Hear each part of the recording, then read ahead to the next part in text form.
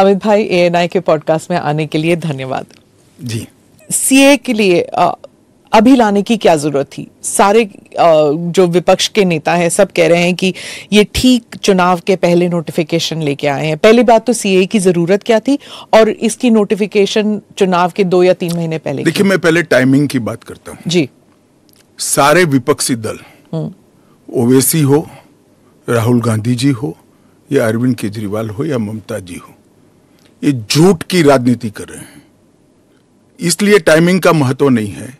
Bharatiya Janata party ने 2019 में अपने घोषणा पत्र में कहा है कि हम सीए लेकर आएंगे और पाकिस्तान, अफगानिस्तान और बांग्लादेश के जो शरणार्थी है उनको नागरिकता देंगे। तो भारतीय जनता पार्टी का एजेंडा बहुत स्पष्ट है और वो एजेंडे के आधार पर हमें बहुमत मिला है।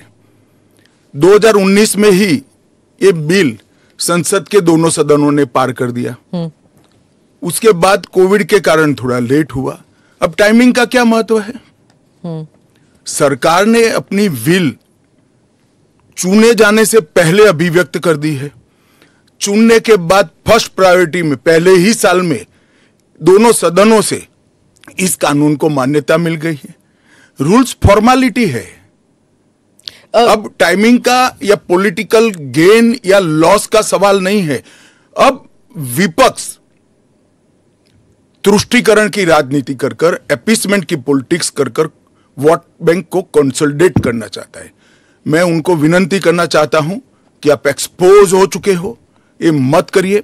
पूरे देश की जनता जानती है कि सीएए इस देश का कानून है और ये 4 साल में मैं कम से कम 41 बार बोला हूं कि ये होगा, चुनाव के पहले होगा।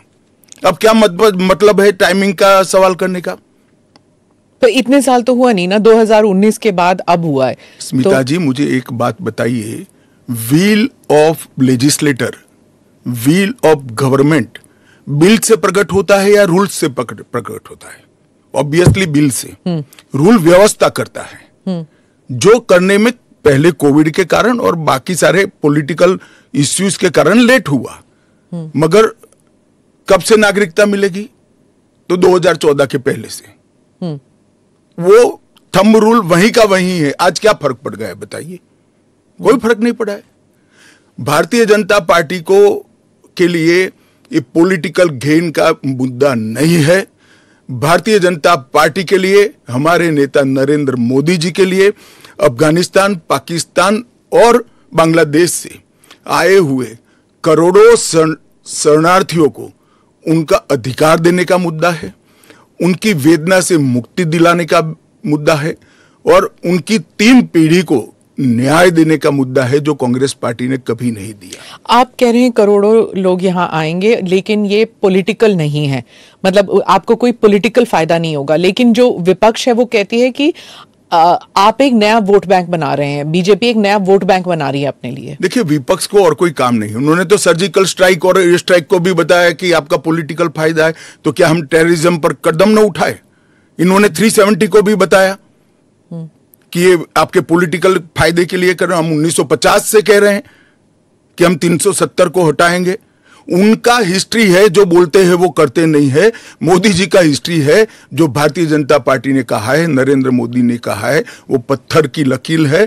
मोदी की हर गारंटी पूरी होनी है। 2019 में आपने ANI को इंटरव्यू में कहा था कि जो हिंसा हुई थी उस वक्त, सीए के कारण जो हिंसा हुई थी, उस वक्त आपने कहा था एक डिसइंफॉर्मेशन कैंपेन है और वो आप दूर नहीं कर पाए उस डिसइंफॉर्मेशन को, मिस इन्फॉर्मेशन, डिसइंफॉर्मेशन, जो भी।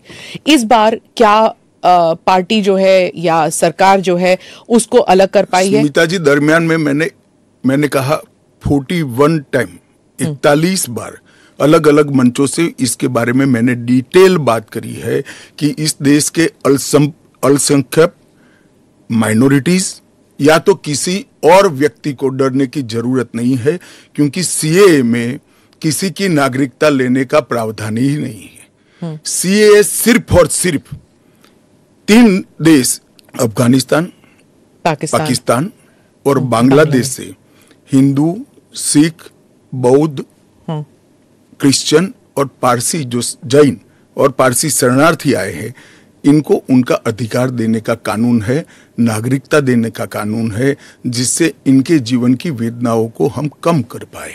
मैं बाकी रिलीजन्स के बारे में बाद में आती हूँ, पहले मुसलमान समुदाय के बारे में बात करते हैं, क्योंकि चाहे ओवैसी साहब हों, चाहे ममता बनर्जी हों, और फिर बहुत से विदेशी मीडिया जो है वो भी कह रही है it's an anti Muslim law, because आप मुसलमानों को नहीं शामिल कर रहे हैं, तो वो क्राइटेरिया ही है कि मुसलमान नहीं होने चाहिए। ऐसा नहीं है, आप इस लॉ को आइसोलेशन में नहीं दे सकते। इस देश का एक इतिहास है, 15 अगस्त 1947 को देश का विभाजन हो गया, देश 3 हिस्सों में बंट गया, वो बैकग्राउंड है। भारतीय जनसंघ, भारतीय जनता पार्टी हमेशा विभाजन का विरोध किया, हम कभी सहमत नहीं थे। इस देश का विभाजन धर्म के आधार पर होना ही नहीं चाहिए था, मगर उस वक्त किया गया। जब धर्म के आधार पर आप विभाजन करते हो और वहां जो अल्पसंख्यक है उन लोगों पर ढेर सारे अत्याचार हो, धर्म परिवर्तन कराया जाए, इनकी महिलाओं को अपमानित किया जाए, वो माँ बहन बेटी के लिए वो शरण में आए भारत की, तो क्या उसको यहां नागरिकता का अधिकार नहीं है? और स्वयं कांग्रेस के नेताओं ने आजादी के वक्त सैकड़ों भाषणों में कहा है कि अभी मारकाट चल रही है, अभी जहां है वहां रह जाइए, बाद में जब कभी भी भारत में आएंगे आपका स्वागत है। परंतु बाद में इलेक्टोरल पॉलिटिक्स चालू हुई, वोट बैंक की राजनीति चालू हुई, एपीसमेंट के कारण वो वादा कांग्रेस पार्टी ने कभी पूरा नहीं किया। जो दिल्ली के चीफ मिनिस्टर हैं वो कहते हैं, वो सवाल उठा रहे हैं, उन्होंने कहा कि ये जो अंधाधुंध लोग आएंगे, बीजेपी उन्हें नागरिकता देगी, उससे थेफ्ट, रॉबरीज, रेप बढ़ जाएगा।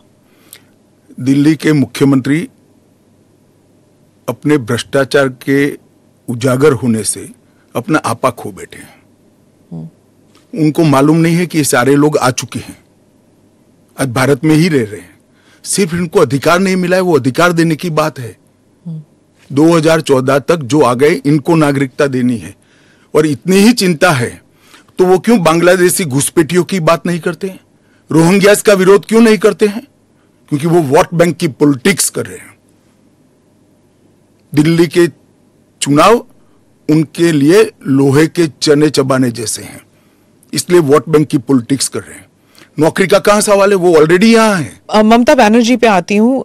चीफ मिनिस्टर ने कहा है कि बीजेपी जो है ये हिंदू मुसलमान का खेल कर रहे हैं, और उन्होंने ऑडियंस को कहा कि आपकी प्रॉपर्टियां छिन जाएंगी, आपके बच्चों का एजुकेशन खत्म हो जाएगा, आपको डिटेंशन कैंप में भेज दिया जाएगा, और डिटेंशन कैंप ऑलरेडी हैं। तो ये सीए के जरिए 15 से लेके 20 लाख लोगों की सिटीजनशिप छीन ली जाएगी। देखिए, मैं ममता जी को करबद्ध निवेदन आपके इस कार्यक्रम के माध्यम से करना चाहता हूं। पॉलिटिक्स करने के हजारों मंच है, प्लीज बांग्लादेश से आए हुए बंगाली हिंदुओं का हित मत करिए। आप खुद बंगाली हैं, बांग्लादेश से जो बंगाली हिंदू आए हैं इनको नागरिकता देने के लिए एक कानून है। ममता जी को मैं खुली चुनौती देता हूं, इस कानून की धारा में से किसी की नागरिकता छीनने की एक धारा वो बता दे सार्वजनिक रूप से। वो खौफ पैदा कर रही है, हिंदू और मुसलमानों के बीच में विवाद कराना चाहती है, अपनी वोट बैंक का कंसोलिडेशन करना चाहती है। ममता जी, इसको मत रोकिए, करने जैसा काम है घुसपैठ रोकिए। नहीं रोक रही है वो नहीं कर रही, आप हमें कोऑपरेट नहीं कर रही। आसाम में कंप्लीट घुसपैठ रोक गया क्योंकि वहां भारतीय जनता पार्टी का शासन है। डिटेंशन कैंप के बारे में बताइए, इसके बारे में बहुत गलतफहमी आ रही है। ऐसा है, आप स्मिता जी इतनी जागरूक पत्रकार है, देश की जानी मानी पत्रकार है, आप भी स्वयं एक बार सीएए को पढ़ लेती, इसके रूल्स को पढ़ लेती तो मालूम पड़ता इसमें डिटेंशन कोई कैंप की प्रोविजन ही नहीं। जो इलीगल माइग्रेंट्स हैं, अगर उनके पास कोई दस्तावेज नहीं है, उन्हें वापस अपने देश भेजने से पहले उन्हें डिटेंशन कैंप में रखा जाता है। ये आपने डिटेंशन एरिया में, जेल में नहीं डाल सकते, ये आपने 2019 में मुझे समझाया था एक इंटरव्यू में। सीएए में डिटेंशन कैंप नहीं है, इसी को लेकर मैं सवाल पूछ रही हूं कि अगर सीएए के तहत वो लोग नहीं आते तो वो कहां जाएंगे, क्या होगा उनका? नहीं, उनकी व्यवस्था होगी ना। 100 लोगों का प्रॉब्लम है तो उसमें से 85 का तो अभी क्लियर हो रहा है, बाकी का आगे सोचेंगे। तो कितने लोग होंगे आपके हिसाब से? लाखों में, करोड़ों में, हजारों में, कैसे, कितने लोग हैं? देखिए, ढेर सारे लोग हैं, इसकी कोई गिनती नहीं है। वो जब एप्लीकेशन आएगी और बहुत सारे लोग, ये जो मिस कैंपेन चल रहा है, अपप्रचार चल रहा है, इसके कारण शायद एप्लीकेशन करते हुए भी डरेंगे। मैं सबको आश्वस्त करना चाहता हूं, आप यहां पर अप्लाई कर दीजिए। नरेंद्र मोदी गवर्नमेंट पर भरोसा रखिए, आपको रिट्रोस्पेक्टिव इफेक्ट से सिटीजनशिप दी जाएगी। आपका अवैध तरीके से भारत में आना, इस शरणार्थी के रूप में आपको स्वीकृति ये कानून दे रहा है। इसका कोई क्रिमिनल केस आप पर होगा नहीं और आपकी भारत में की हुई सारी एक्टिविटी को भी वैधता प्रदान की जाएगी। असम में CAA लागू होगा या नहीं होगा? और NRC और CAA, ये इनका क्रॉसिंग है कि नहीं? देखिए, असम में जो NRC की ऑर्डर हुए वो सुप्रीम कोर्ट ऑफ इंडिया की, इसका CAA से कोई लेन देन नहीं है। आसाम नहीं, देश के हर हिस्से में CAA लागू होगा। सिर्फ नॉर्थ ईस्ट के राज्य जहां पर 2 प्रकार के विशेषाधिकार उनको दिए गए हैं, वो विशेषाधिकार के तहत जो राज्य आते हैं उनको ही CAA नहीं होगा। एक इनर लाइन परमिट का प्रोविजन है और संविधान की 6ठी अनुसूची में शामिल जनजातीय क्षेत्र है। हाँ, वो जो 6th शेड्यूल जो जयराम रमेश, कांग्रेस के नेता, ने कहा है कि ये अनकॉन्स्टिट्यूशनल है। शशि थरूर कहते हैं कि अगर कांग्रेस जीत जाती है इलेक्शन या इंडिया अलायंस जीत जाती है तो ये CAA को रिपील कर दिया जाएगा। क्या कहेंगे आप? देखिए, उनको भी मालूम है कि इंडिया अलायंस सत्ता में नहीं आना है। मैं आज आपके चैनल पर कहना चाहता हूं, CAA के कानून को भारतीय जनता पार्टी की सरकार लाई है, नरेंद्र मोदी सरकार लाई है। इसको रिपील करना असंभव है। हम पूरे देश को जागरूक करेंगे और रिपील करने वालों को कहीं पर स्थान ही न मिले, इस स्थिति होगी। ओवैसी साहब पे आ जाती हूँ, जो आपके हमेशा ही स्पीक्स अगेंस्ट यू, तो उनके बारे में वो खुलकर ही कह रहे हैं कि ये एंटी मुस्लिम है। क्या तर्क है आपका? एंटी मुस्लिम कैसे है? कि आप सिर्फ मुसलमानों को उसको आपने क्राइटेरिया बना दिया, ये मैं वो कह रहे हैं। क्राइटेरिया ये बना है कि जिस पर धार्मिक प्रताड़ना होती है इसको देंगे, और अगर वो मुसलमान, और भारत के पुराने हिस्से से मुसलमानों पर इसलिए धार्मिक प्रताड़ना नहीं हो सकती कि तीनों देश घोषित इस्लामी स्टेट है। कौन करेगा धार्मिक प्रताड़ना? कौन करेगा इस्लाम के अनुयायियों के साथ? ये तीनों देश घोषित इस्लामिक स्टेट इनके नाम के अंदर है, इनके संविधान में है। अमित भाई, वो आपका एक वो इंटरव्यू बार बार लूप पे चल रहा है हर जगह कि क्रोनोलॉजी समझिए, CAA के बाद NRC आएगा। देखिए, ऐसा है स्मिता जी, CAA का कानून अभी चर्चा पर है। एक, इसमें NRC का कोई प्रोविजन नहीं है। 2, इसमें किसी की नागरिकता छीनने का कोई प्रोविजन नहीं है। 3, अगर विपक्ष को ये चाहिए कि उनसे चर्चा हो तो कोई भी कानून करने से पहले और बाद में संसद में चर्चा होती ही है। क्या अगर इंटरनेशनल प्रेस में आने लगे और अगर यहाँ पर सड़कों पर लोग उतर आए तो क्या ये भी वापस ले लिया जाएगा? देखिए, CAA का कानून कभी वापस नहीं जाएगा और भारत की नागरिकता सुनिश्चित करना ये भारत का विषय है, भारत की संप्रभुता का निर्णय है।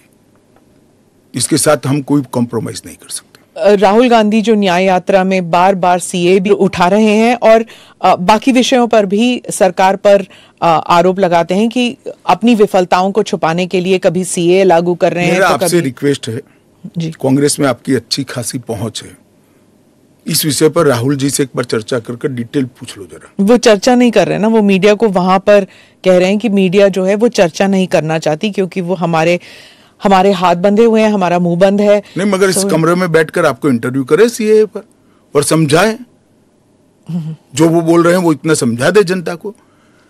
राजनीति के अंदर आपके निर्णय को जस्टिफाई करने की जिम्मेदारी आपकी होती है। जैसे मेरी सरकार का फैसला ऐसी है। इसके बारे में मेरी पार्टी के तर्क, मेरी गवर्नमेंट के तर्क और क्यों ये देश के हित में है मुझे समझाना पड़ता है। जरा राहुल गांधी जी आपके इसी कमरे में आकर देश को समझा दे कि क्यों विरोध में है। इसके साथ साथ इस देश में गुड गवर्नेंस, इस देश के अर्थतंत्र को दुनिया के प्रमुख अर्थतंत्रों में शुमार करना, दुनिया भर के टेक्नोलॉजी और R&D के लिए एक प्लेटफॉर्म बनाना, भारत को मैन्युफैक्चरिंग का हब बनाना, भारत को हर क्षेत्र में आत्मनिर्भर बनाना, इस देश की शिक्षा व्यवस्था को दुनिया के साथ और दुनिया से आगे ले जाने का प्रयास करना, ये सारी चीजें हमने करी है और ये भी हमारा एजेंडा है। मगर आप जब हमारे भाषण में से कुछ चुन लेती हो तो यही मुद्दे चुनती हो। अगर आप चुनाव जीतते हैं अगले 5 साल में एजेंडा क्या होगा? चलिए, एजेंडा हमारा घोषणा पत्र आएगा, इसमें आ जाएगा। आपका बहुत बहुत धन्यवाद। चलिए, धन्यवाद।